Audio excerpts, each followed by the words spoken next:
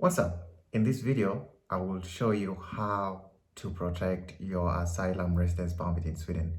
That's in case you want to get asylum or you're in the process, or just exactly how to keep it if you would like to not end up in some complications in as far as your asylum process in Sweden is concerned. Usually asylum is given to people who are facing religious persecution in their countries or war or political persecution. Basically, if you're going to be a protected group in Sweden because of any reason that poses your life to a challenge in your country of origin. So the first tip that I would like to give out is in as far as identity is concerned. Identity is very important because usually if they are processing your asylum documents, they need to know that you have verified your identity, that you're exactly the kind of person they say you are. Are you going to be a security risk if you come to Sweden? Because usually they do a background check again. Usually if you are an international person traveling, they may subject your name to a UN terrorist check. They run your name into it to see that nothing comes out of it, or to see that you're going to be a security threat in Sweden. So it is very important to use your exact identity when you are going through the asylum process. The other reason to verify and or use your real identity is for the case of, for example, when you have academic documents and that you would like to use them in future, and for example, you might be in need of going to maybe a higher institution of learning, and you probably have a bachelor's degree from your country. So if you use another name or use names that are not official, then you will have to go through the process of maybe starting from scratch, going through the whole education system from scratch. And yet in your country, you already have a bachelor's degree. So it is very important to use your real identity that you use at home, and so that corresponds to your academic documents, so that you can use them later when you are successful in your asylum process. And the other thing, what I usually see most people suffering with is, in terms of identity still, is they would like to reduce their age and make so that they end up younger, under 17 or 16, so that they make their asylum process easier. This actually doesn't work because it works to your detriment. Here's why. When you are being verified to get the asylum, you're medically tested to gauge how old you are. For example, they may check your knees and check your joints, for example, to see are you really under 17 and 18. So you can easily be found out.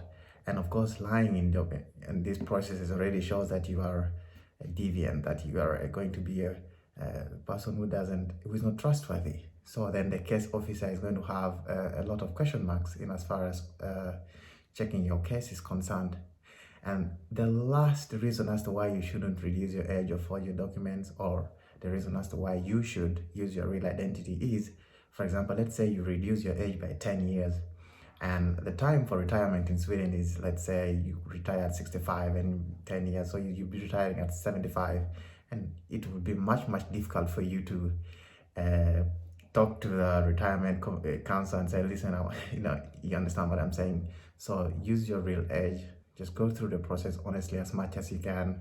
And if you have a valid case, I think you shouldn't have a problem. So the second way of having a smooth asylum process is, of course, having consistency in as far as your story is concerned. You have to have the dates. For example, if there's a war, which you have the dates when this war broke out. What is the victim statement? How did this war affect you? How exactly is it going to pose a danger in your life, in your country, hence moving to Sweden to seek asylum? So usually, of course, it is in the media, but it's also important to keep your story consistent as possible.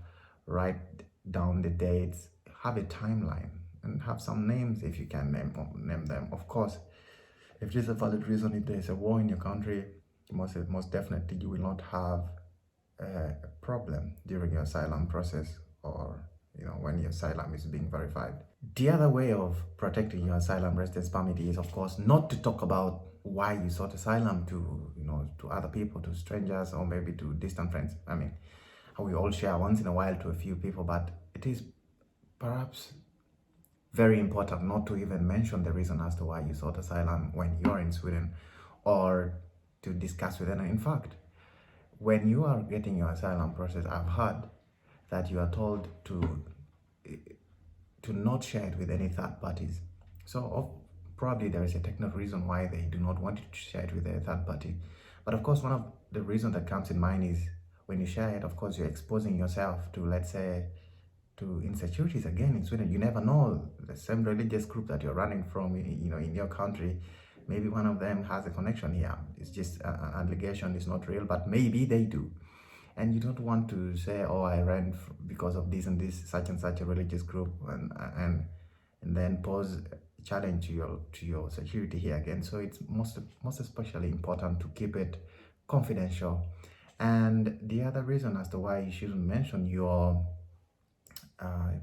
asylum reason, or the reason as to why you sought asylum to Sweden is, some of you can mention it to anyone and they can call the migration support and say, no, this guy really, he doesn't deserve asylum. I mean, even if he deserves, but I mean, just by them calling, they would already put a question mark on your case, and so it is important to always maintain a little bit of confidentiality.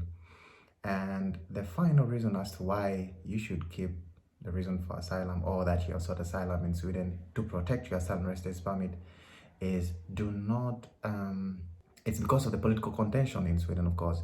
There is so much hate towards the asylum people, people who are seeking asylum, that you are fleecing the country, you are taking advantage of the country, being on benefits and not working. And then you're going to expose yourself to a lot of criticism, even if you are an innocent person and maybe you're trying to figure out a way to stay in Sweden and find a job. So it is important to maintain a little bit of confidentiality and just go about, and if your asylum process is successful, that would be the best of news. The other way of protecting your asylum residence permit, or to make the processing of your asylum as smooth as possible, is, of course, when it comes to appearing for the interview on time. You have to appear on time. And if they tell you it's going to be 9 a.m., then it is 9 a.m. Do not come at 9:45 and say, oh, I missed the time. Make sure you prepare maybe 1 hour, 2 hours early if you live far away from the interviewing center, so that you arrive on time and that it shows that you're a serious person. And also, just dress up a little bit more presentable. Don't go down there like a downtrodden chicken. I mean, even if you have old clothes, press them, wash them and press them, and make sure when you're going for the asylum interview, you look presentable and you're a person of, presentable person, basically, to speak, because we are all human beings. We can judge, we judge exactly, we judge each other on basing on how we look. So it's important to be presentable when you're going for your asylum interview.